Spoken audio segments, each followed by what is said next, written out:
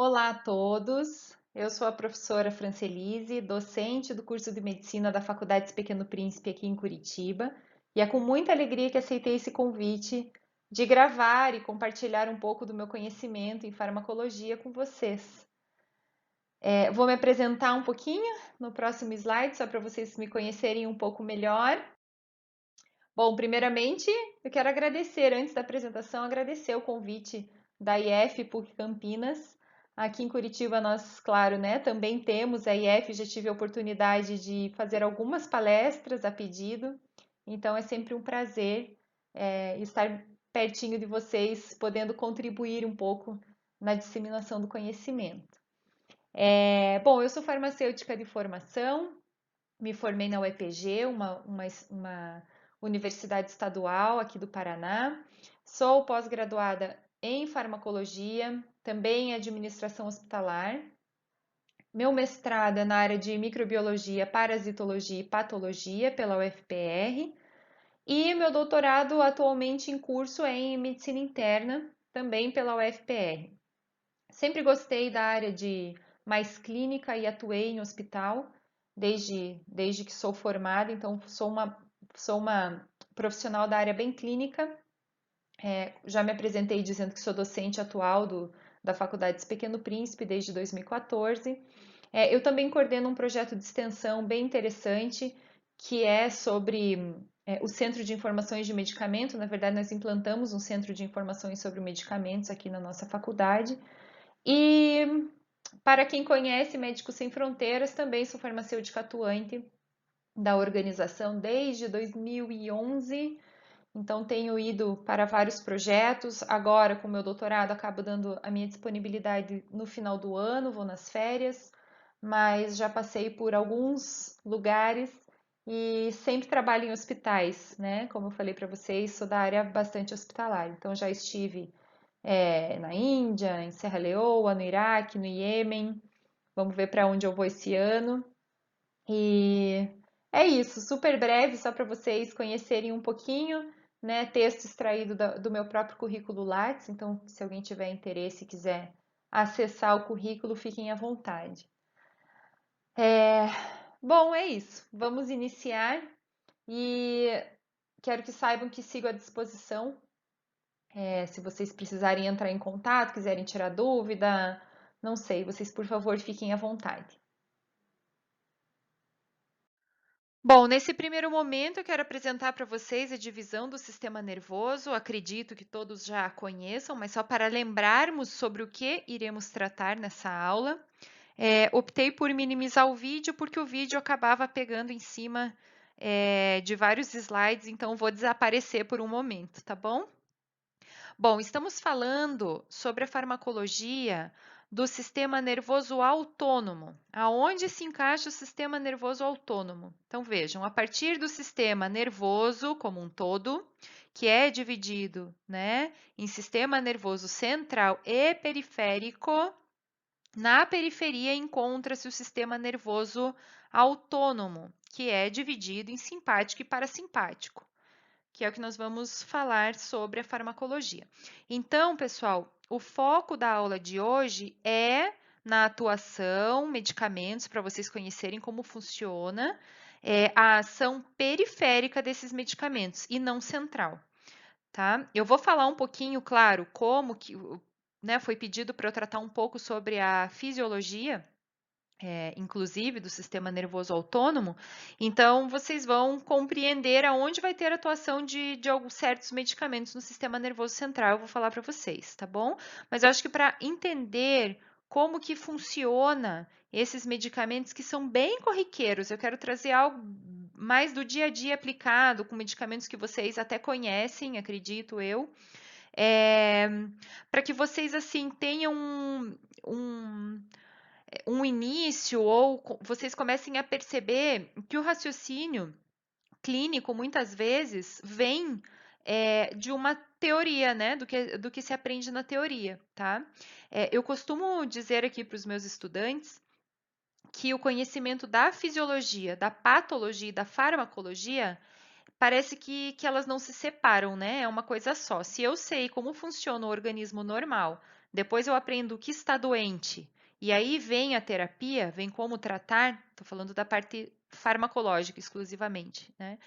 Fica muito mais fácil de você compreender e não precisar ficar decorando certos tipos de reações adversas, o que pode dar errado, né? Se você compreende que no normal, a nossa fisiologia normal do sistema nervoso autônomo, no caso aqui dividido parasimpático e simpático, e eu sei como que os neurotransmissores normalmente atuam, então se vem um medicamento depois para substituir esse neurotransmissor ou não, ou para evitar que esse neurotransmissor atue, né?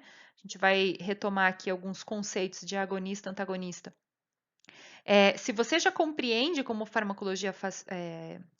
fisiologia funciona, a farmacologia vai ficar muito mais simples, porque daí acaba se tornando um pouco óbvio, né? Vocês acabam não decorando, acabam compreendendo e o raciocínio vem, parece que com uma leveza melhor, tá? Fica mais fácil de identificar principalmente reações indesejadas ou compreender porque certo grupo de pacientes é contraindicado, né, fazer uso de certo tipo de medicamento. Tá legal? Então, de novo, estamos aqui, sistema nervoso central, então cérebro e medula, e aí a divisão, né? Então, vai receber, claro, o estímulo aferente, o sistema nervoso central interpreta, e é na divisão eferente que a resposta ocorre no nosso corpo, né? Do comando lá do sistema nervoso central. Então, veja, não estou falando de sistema nervoso somático motor, que são os músculos esqueléticos. Por que estou falando isso? Porque quando chegar lá na farmacologia colinérgica, que vocês veem receptores muscarínicos, que vai ser basicamente o foco da farmacologia, eu não estou falando aqui dos receptores nicotínicos do músculo motor esquelético, que nós temos o controle do movimento, ok? Aqui tem a acetilcolina que atua nesses músculos e nesses receptores, mas nós estamos novamente, né, falando daí do sistema nervoso autônomo e vai ser o parasimpático que também recebe acetilcolina e assim, é distribuído de forma sistêmica no nosso organismo os receptores muscarínicos, tá? Que o foco da farmacologia vai ser ali. Bom, se eu já falei para vocês que existe um sistema nervoso que é somático motor do músculo esquelético, aqui o autonômico são aquelas situações que nós não temos o controle sobre esses músculos, né?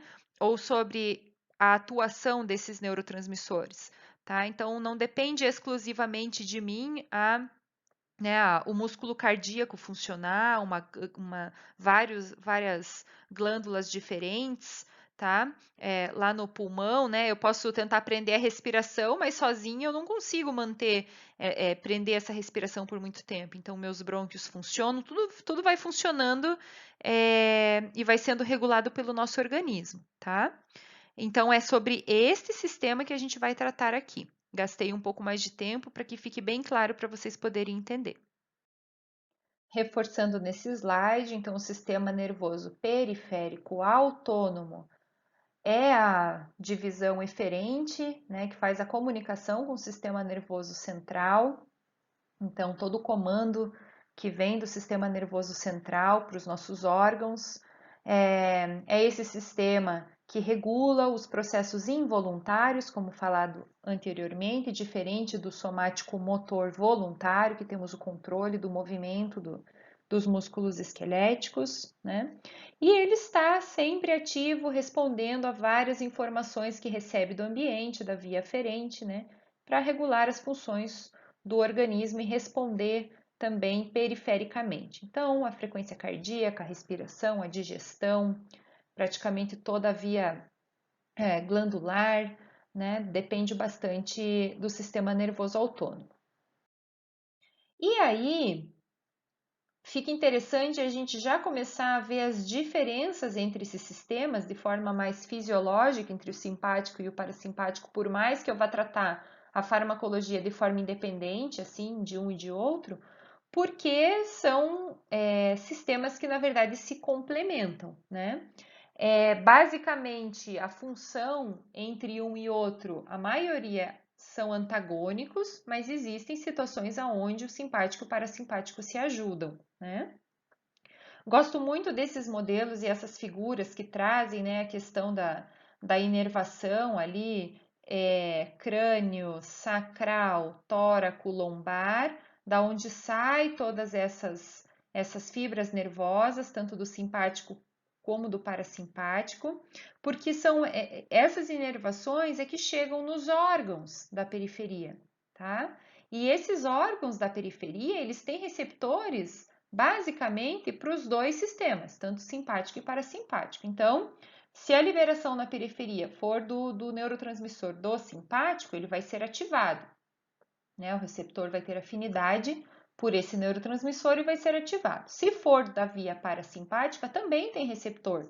Lá no coração tem tanto simpático quanto parasimpático. Então, dependendo do neurotransmissor, como vai ser feita a sua produção e a sua liberação, por ter afinidade, claro, o receptor vai receber esse neurotransmissor. Veja, gente, isso é fisiológico. Então, está atuando de forma, né, dia após dia, tá? Nossa vida é regida, né, pelos sistemas, tá? Mas ajuda, eu acho que ajuda bastante ter uma visão geral, né? Então, eu falei, outra coisa, a gente aprende, acho que eu vou passar para a próxima figura, para vocês terem uma visão melhor aqui. A gente aprende, né, aquela questão do luta ou fuga, descanso e relaxamento, né, falando que é um sistema bastante importante, importante, esse simpático e parasimpático na questão do alerta, na questão da proteção contra algum perigo, porque atua rapidamente, libera esses receptores, esses neurotransmissores de forma com bastante agilidade, né? Para manter realmente o organismo vivo, em alerta, capaz de responder a algum tipo de estresse, alguma modificação que é percebida no ambiente, tá? Então, deixo aqui só para complementar um pouquinho mais, depois, se vocês quiserem dar uma lida. Então, eles são sistemas que realmente se complementam, né? Eles são antagônicos na sua grande maioria. Então, por exemplo, enquanto o simpático, né, na liberação da noradrenalina, adrenalina, vai dilatar a pupila, por exemplo, o parasimpático, quando entra em ação, vai fazer a pupila voltar ao seu estado normal, ou fazer realmente a sua contrição em caso de, depois a gente vai ver lá, excesso de algum medicamento, enfim, né? Enquanto um vai inibir a produção de saliva e outras secreções, o parasimpático estimula, tá? E assim por diante, né? A dilatação do brônquio, então, é claro que é muito didático e uma forma assim bem lúdica, às vezes a gente projetar aquela imagem de luta e fuga, mas eu acho que ajuda bastante, tá? Para não confundir, principalmente quando vai fazer alguma prova, concurso, né? Bom, sempre vale a pena lembrar, tô fugindo de um ladrão, de um tubarão, de um dragão, sei lá, né? Preciso fugir, preciso ter condições de respirar, né? Respirar, o coração tem que bater firme, tem que mandar sangue, né, para conseguir, para eu ter força para correr, né, tem que entrar ar nos pulmões, tá? Então, por isso que dilata os brônquios, né, acelera o batimento, tá? Por isso que diminui a secreção. Não posso ter vontade de ir no banho, não pode me dar dor de barriga, né? E eu ter que parar no meio da minha fuga para, eu preciso ir no banheiro. Não. Quem faz isso depois é o parasimpático, que vai estimular as secreções de novo e o estômago vai funcionar, o intestino, tá?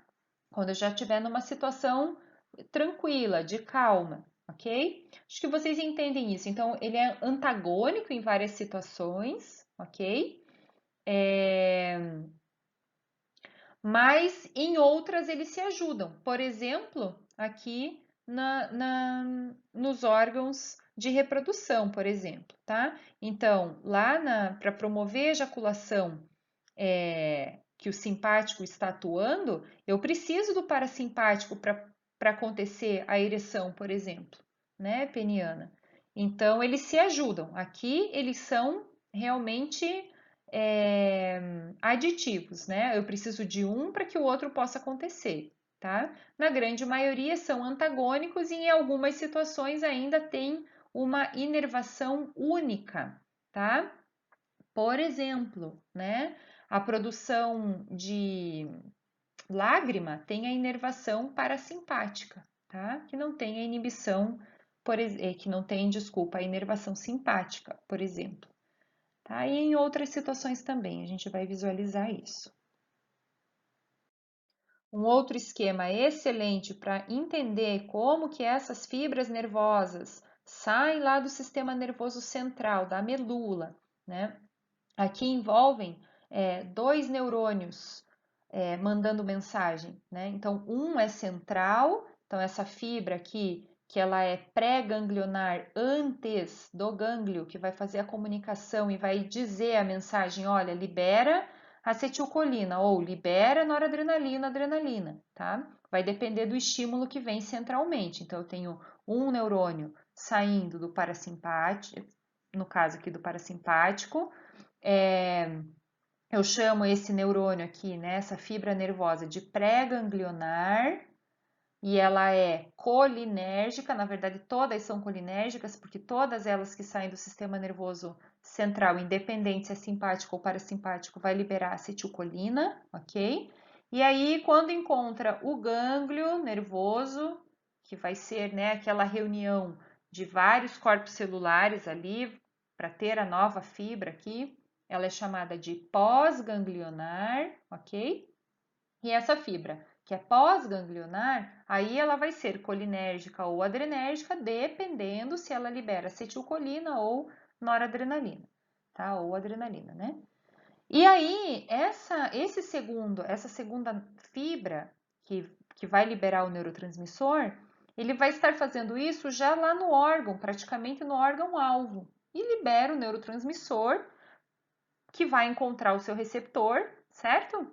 E aí vai ditar o tipo de ação que vai acontecer. Então, vamos lembrar de novo? No coração eu tenho a inervação simpática e parasimpática. Então, vai depender da situação onde eu precise de uma maior liberação de noradrenalina ou de acetilcolina, que vai acelerar ou fazer a manutenção, né, desacelerar um pouco o batimento cardíaco.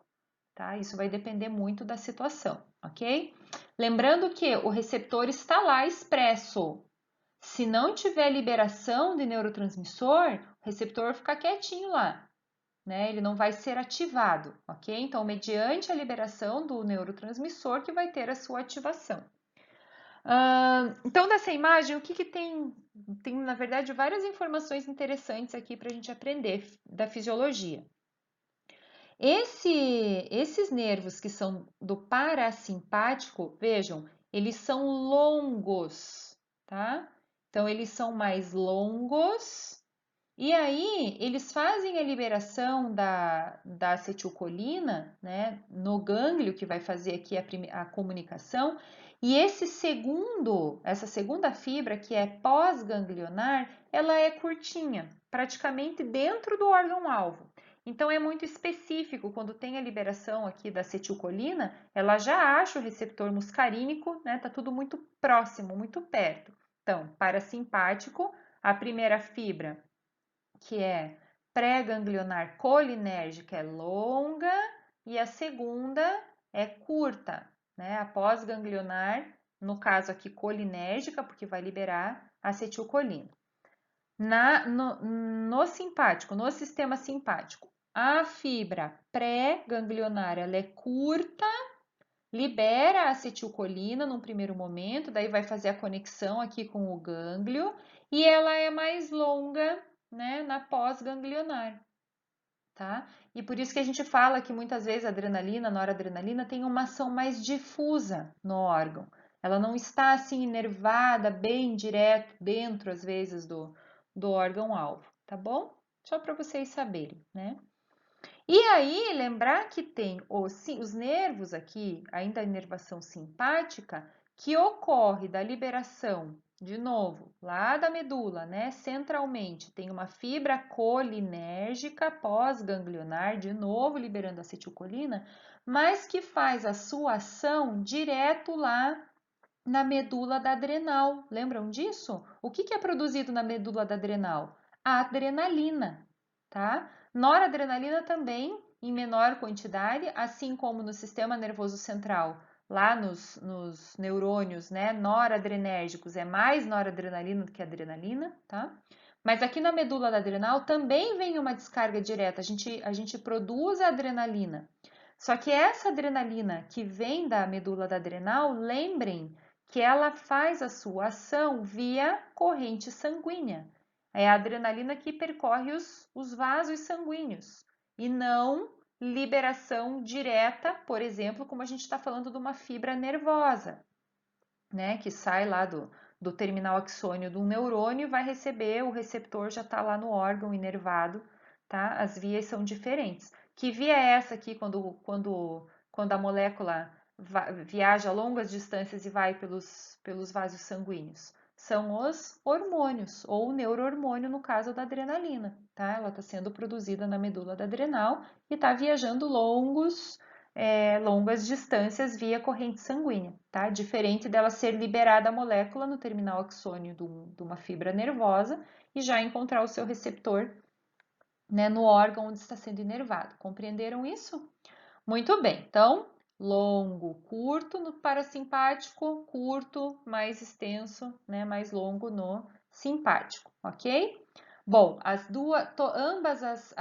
sempre as fibras pré-ganglionares são colinérgicas e as pós-ganglionares vão depender se esse neurônio aqui vai produzir, vai liberar acetilcolina ou noradrenalina ou ainda adrenalina, certo? Daí eu vou chamar de colinérgica ou adrenérgica. Em relação aos receptores, que já vamos falar também, veja, olha que observem as letras aqui, né? M de muscarínico no órgão-alvo. Então, na nossa periferia, nós temos muitos receptores muscarínicos que ficam nesses órgãos recebendo acetilcolina. Por isso que eu falei que quando eu tratar da farmacologia, são esses os receptores que recebem os medicamentos. Eu tenho medicamentos produzidos para atuar em receptores muscarínicos, ok?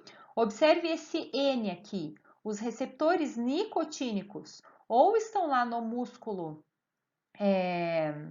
esquelético, né, que tem os receptores nicotínicos do tipo NM, lembra do M de muscular, ou eles estão aqui, ó, nos gânglios, que é o que recebe a acetilcolina para fazer a conexão, para fazer essa sinapse aqui, né, e daí, dependendo se a próxima inervação for simpática ou parasimpática, vai liberar acetilcolina ou noradrenalina, tá? Então, o receptor ganglionar é sempre nicotínico, vai receber essa acetilcolina que veio, né, do estímulo central. Entendem isso? E de novo aqui, ó, agora falando do adrenérgico, receptor alfa-beta no órgão-alvo, tá? Mas também aqui no gânglio é receptor nicotínico. Tudo bem, gente? Tem várias informações em uma única figura, certo? Depois a gente vai ver bem especificamente os receptores. Olha que legal, coloquei mais uma figura aqui, agora comparando ainda com o sistema, para vocês verem a diferença de um somático motor para um autonômico, certo? Parasimpático e simpático, agora está comparando todos. Vamos lembrar lá? Somático motor, ele tem um único neurônio que sai do sistema nervoso central e chega no músculo.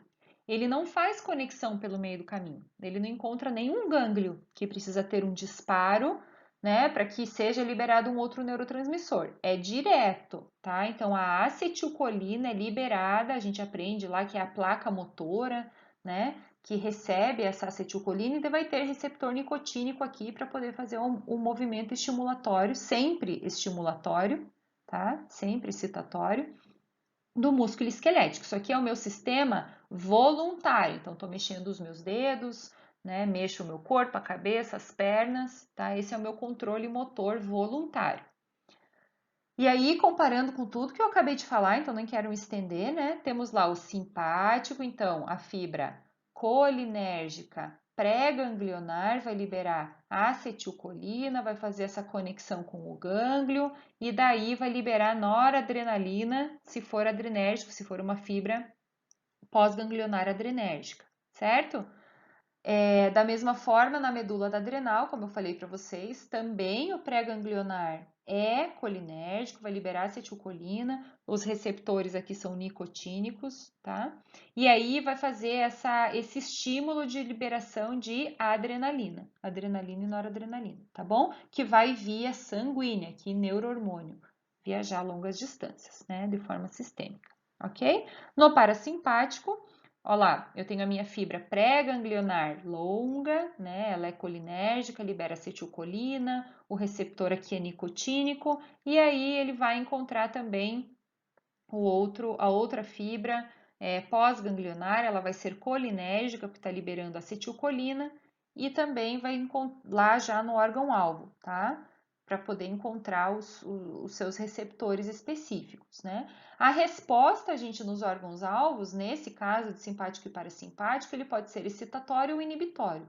Isso vai depender do receptor, tá? No músculo aqui motor, o receptor nicotínico, ele é sempre excitatório, tá? Porque aqui são canais iônicos. Aqui são metabotrópicos, né? Esses tipos de receptores, e vai depender dos segundos mensageiros, enfim, se vai aumentar a liberação de segundo mensageiro, a mensagem vai para frente, então é excitatório, né? Se esse receptor for do tipo inibitório, ele vai receber o neurotransmissor e daí vai segurar a resposta, tá? Então a gente já vai ver isso também. Então aqui vai depender muito dos receptores nesses órgãos efetores, certo? Bom, um reforço em relação aos receptores, para vocês não esquecerem, acredito que isso aqui deve ter sido visto bem no início do curso, biologia celular, né, talvez. Mas o que que importa na farmacologia? Os principais tipos de receptores que recebam ligantes. Claro, porque depois quando a gente estuda o fármaco vai atuar muitas vezes no local aonde o próprio neurotransmissor ou uma molécula ou um mediador químico, né, enfim, atua, tá? Basicamente, o que importa para nós? Os receptores que são canais iônicos, os ionotrópicos, dependente de ligantes, ok? Então, vem uma molécula e ativa esse receptor para a função poder acontecer, tá bom? Gente, isso aqui é diferente dos canais iônicos dependente de voltagem, tá? Que é lá dos neurônios, né? Do axônio, tá? Que precisa de um potencial de ação, enfim. Aqui são os dependentes de ligantes. Aí, tem os receptores acoplados à proteína G, são os receptores metabotrópicos, que a gente vai falar várias vezes aqui, bem importante. Então, os adrenoreceptores alfa e beta, muscarínico, né? Eles são metabotrópicos. Existem também os receptores ligados às enzimas, está dando aqui exemplo receptor de insulina, né, para fazer a internalização da glicose. Então, são os ligados lá à tirosinoquinase, por exemplo. E ainda os receptores intracelulares, que são muito importantes quando a gente estuda os corticoides, tá? Um corticoide atua, a gente veja, lá no núcleo da célula, né? Por isso que mexe com expressão gênica, transcrição, tá? E são medicamentos super importantes de serem estudados, né? Diferente de eu sempre costumo dizer, bem diferente de um anti-inflamatório não esteroidal, como né, um AINE, sei lá, um ibuprofeno, um diclofenaco, que simplesmente inibe uma COX, só, é uma enzima. Né? Veja que um corticoide, se ele consegue adentrar numa célula e agir no núcleo, como é que eu vou ter seletividade para isso? É muito difícil. Todas as nossas células têm receptores que recebem o cortisol, né? Lembrem que o corticoide ele mimetiza o cortisol, então a gente precisa de tudo, né? As células do organismo todas praticamente recebem o cortisol. Então, por isso que também tem tantos efeitos, né? E vale a pena estudar bem aí os corticoides, tá? Bom, para nós, quando a gente estuda sistema nervoso central e a farmacologia, né, central ou periférica, importa muito os dois primeiros, canais iônicos, os ionotrópicos e os acoplados à proteína G, que são metabotrópicos, tá? Aqui, gente, realmente para tudo, se vocês forem assistir depois as aulas, né, não sei se outros professores devem gravar lá o sistema dopaminérgico, GABAérgico, serotoninérgico, né, para estudar então antidepressivos, os dopaminérgicos para ver questões mais vinculadas à esquizofrenia e Parkinson, enfim, tá? Né? O GABAérgico que estuda os benzodiazepínicos lá, vão ter receptores do tipo metabotrópicos, né? Claro, ionotrópicos também, depende muito do tipo do receptor, mas o acoplado à proteína G a gente vê em todos os sistemas. Aqui, só para exemplificar, porque na verdade a gente vai ver os receptores de ambos os sistemas mais especificamente. Então, veja, gente, dependendo do órgão efetor e se tiver a inervação simpática e parasimpática, tá? Eu vou ter todos os receptores, esperando o neurotransmissor chegar para ativar esse receptor e poder realizar a ação, tá? Então, vai ter locais que vai ter receptor do tipo alfa 1, depois beta 2, beta 1, beta 2. Isso aqui vai depender realmente do tecido, né, do órgão efetor, tá? E aí as ações vai acontecer. Então, enquanto o alfa faz contração, né, a contração, eu digo, do músculo radial da íris, né, promovendo dilatação, eu vou ter uma inervação que é parasimpática com receptor muscarínico que vai fazer a constrição dessa pupila, tá? Para fazer miose, por exemplo. Tá? E assim por diante, né? Tem vários aqui, mas eu vou mostrar para vocês de forma mais específica. Por que eu tô chamando a atenção bastante da fisiologia? Gente, porque se vocês aprendem aonde que se localizam os principais receptores, fica tão fácil aprender a farmacologia e entender os efeitos adversos que ocorrem no organismo. Exemplo, se eu sei que basicamente no coração, principalmente eu tenho receptor beta 1 e lá nos brônquios, né, lá no pulmão eu tenho beta 2, se eu uso um medicamento, depois a gente vai aprender, que é dilatador, e ele é específico para beta 2, ele deveria atuar no pulmão, principalmente porque esses broncodilatadores têm uma ação local, né, para ir só para o pulmão. Mas eu tenho muitas situações onde o paciente refere que dá taquicardia, veja, é porque eu tenho beta 1 no coração. Então, opa, ele está agindo no pulmão, mas será que a dose está adequada? Está fazendo do jeito certo a administração? Porque está refletindo lá no coração também, por isso que está disparando um pouco. Percebem isso? Outro exemplo, os beta-bloqueadores, né, tão famosos.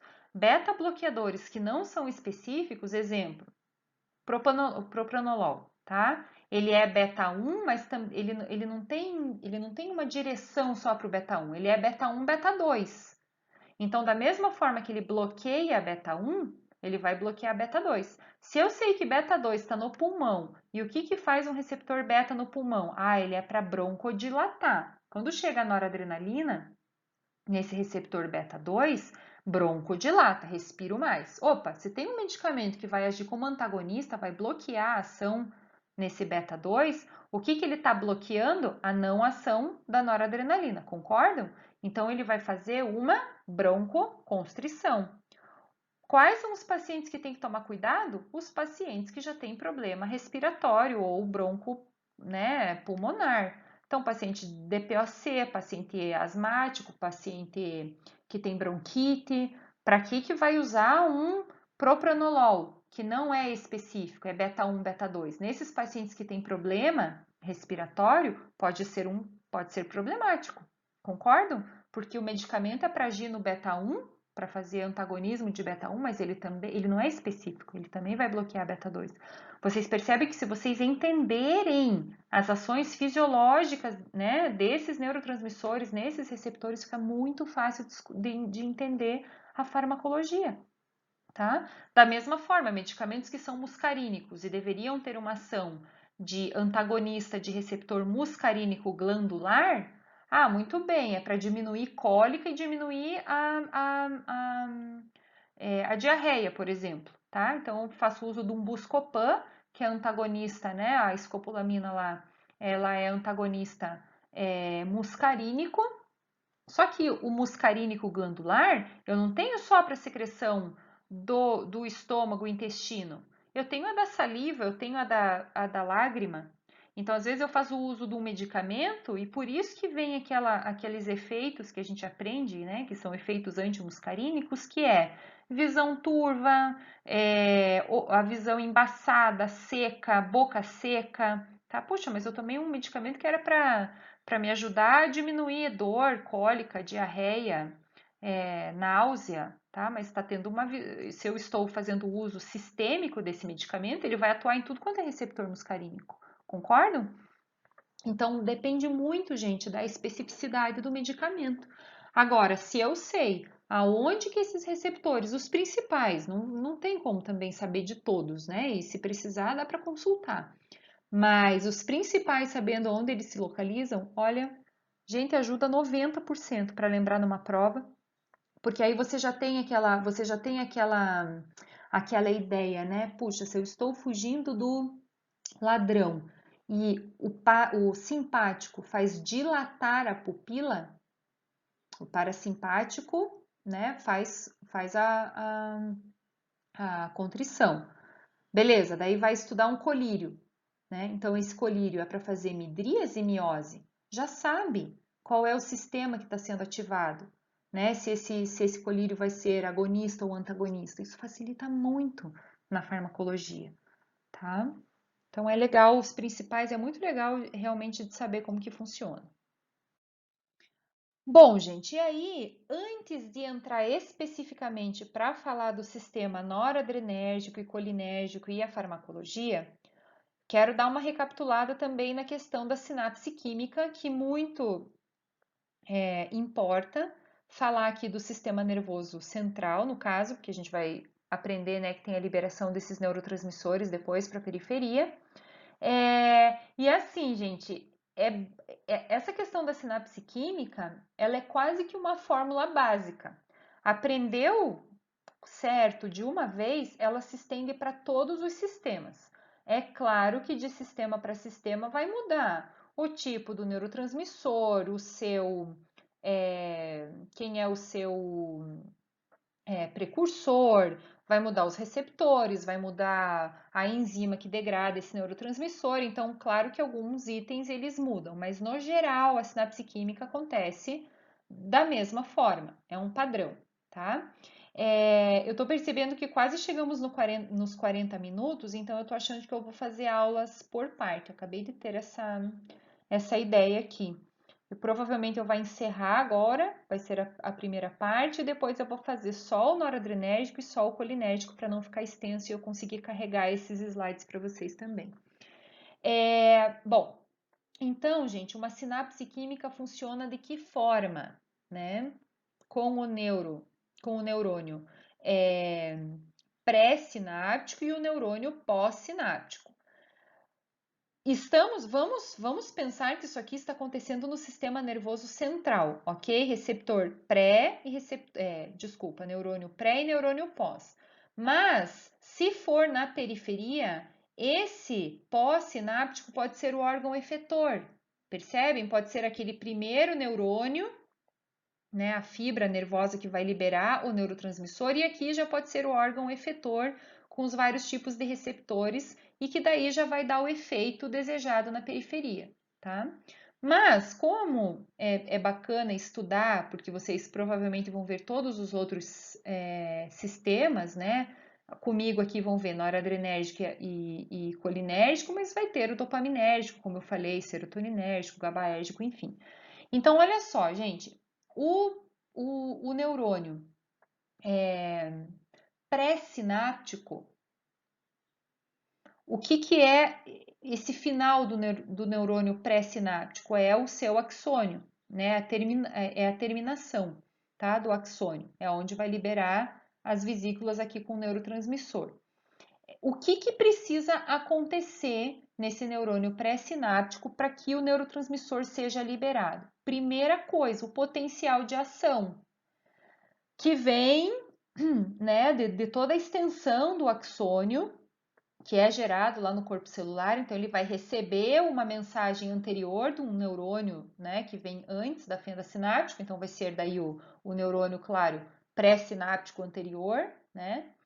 E ele tem que gerar esse potencial de ação, Esse potencial de ação que gera é a sinapse elétrica que a gente aprende. Aqui eu só estou falando da sinapse química, que é onde envolve o neurotransmissor que vai ser liberado, ok? Então, esse potencial de ação precisa chegar com força a ponto de que canais de cálcio localizado nesse neurônio pré-sináptico, ele possa abrir para que o cálcio seja internalizado, tá? Então, esse aqui é um canal iônico do tipo dependente de voltagem.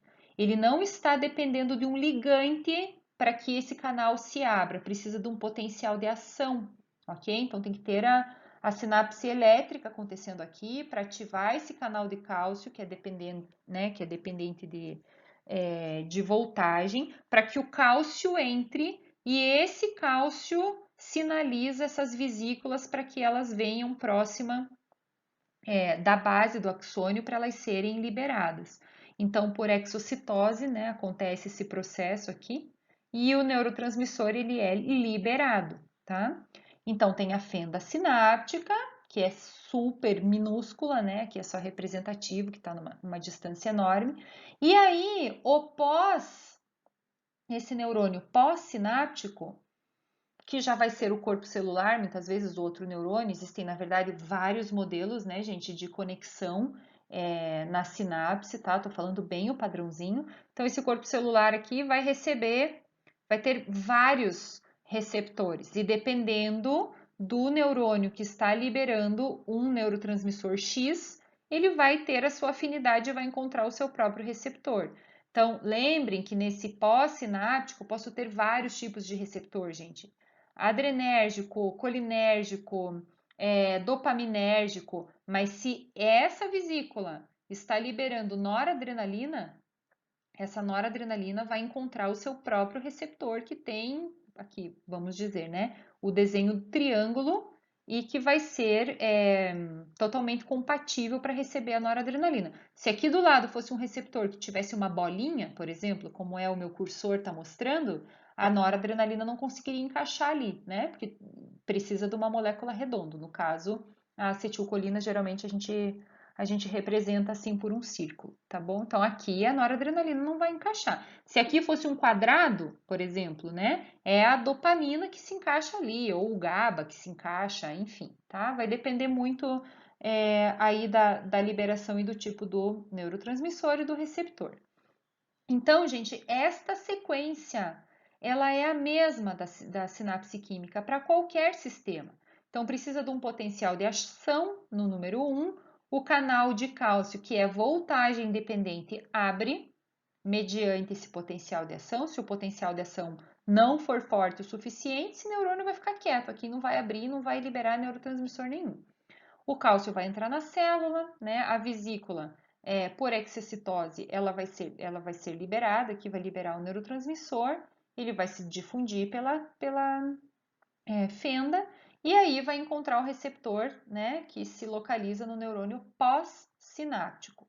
Se for sistema nervoso central, gente, esse pós-sináptico pode ser um neurotransmissor intermediário, né? Que simplesmente vai receber essa mensagem e vai passar para o próximo neurônio, tá? Só para ter uma via excitatório, para ficar fazendo excitação do neurônio. Ou, se for um neurotransmissor inibitório, vai fazer inibição do próximo neurônio, tá? Não necessariamente que esse pós-sináptico seja um neurotransmissor que vai dar algum efeito, né? Ah, ele vai ser ativado e aqui é o sono, vai acontecer, vai regular a temperatura, vai acontecer alguma coisa diferente. Às vezes ele é um neurotransmissor, um neurônio intermediário aqui e que vai ficar passando a mensagem adiante, seja ela excitatória ou inibitória. Se for na periferia, já temos o órgão efetor, concordam? Que aí sim vai ter receptor que muitas vezes, quando recebe esse neurotransmissor, vai ter um efeito, por exemplo, de dilatação de pupila, tá? Se esse órgão efetor aqui já for lá, né, no olho. Vai fazer com que tenha retenção urinária, por exemplo, se for lá na bexiga. tá? Por isso que na periferia é legal, porque a gente consegue visualizar esses órgãos efetores com os receptores tendo a ação efetiva mesmo, né?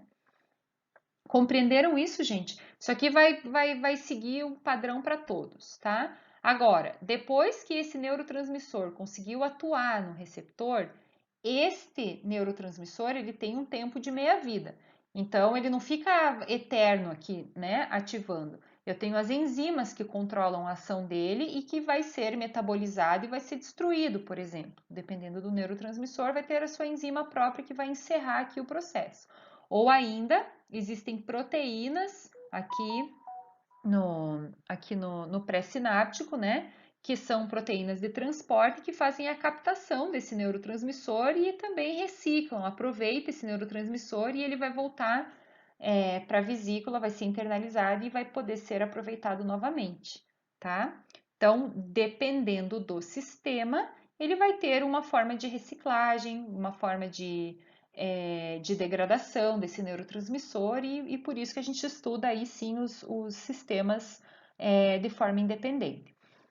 Outra coisa que tem vários estudantes que me perguntam e às vezes confundem, esse neurônio que é pré-sináptico, gente, se for os neurotransmissores clássicos, cada neurotransmissor vai ser produzido pelo neurônio específico.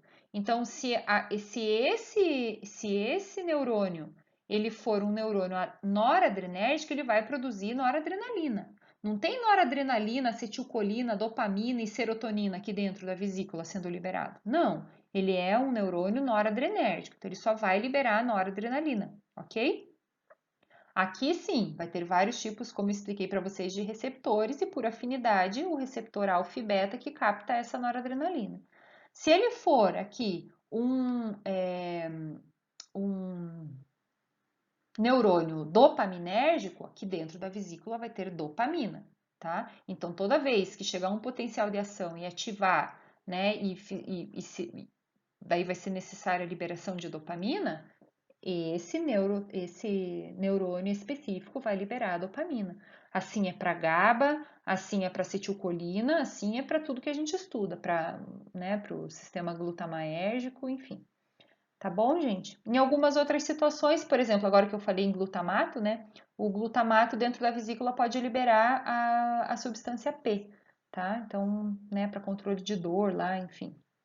Hiperalgesia é importante, tá bom? Mas esses clássicos que a gente estuda, então, cada um no seu quadrado, né? Cada neurotransmissor tem o seu neurônio que produz ele em específico, tá? Bom, gente, o próximo slide já começa a transmissão noradrenérgica com a farmacologia adrenérgica. Então, vai ficar realmente para a parte 2, porque já vai dar aqui 50 minutos da primeira aula. Certo? Espero que vocês tenham entendido um pouquinho aqui da fisiologia, que eu tenha sido clara e principalmente mostrado a importância de conhecer receptores, os neurotransmissores, cada sistema, né? Porque facilita, vocês já vão ver, facilita muito o entendimento da farmacologia. A farmacologia pode ser algo muito agradável, ela pode ser, no curso de medicina, trazido muito para a parte clínica, de entender como é um benefício para o médico realmente compreender como que funciona esse medicamento no organismo, tá?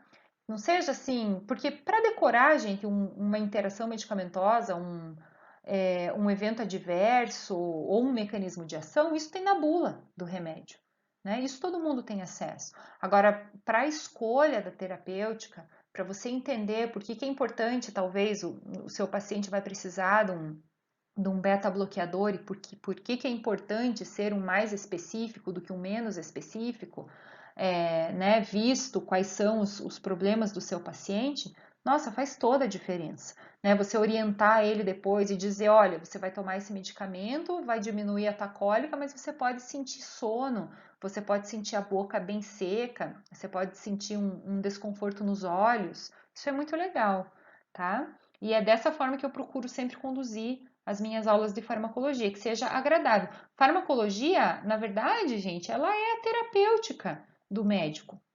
O médico aprende farmacologia e terapêutica, ele aprende como tratar, mas ele tem que entender do medicamento, né?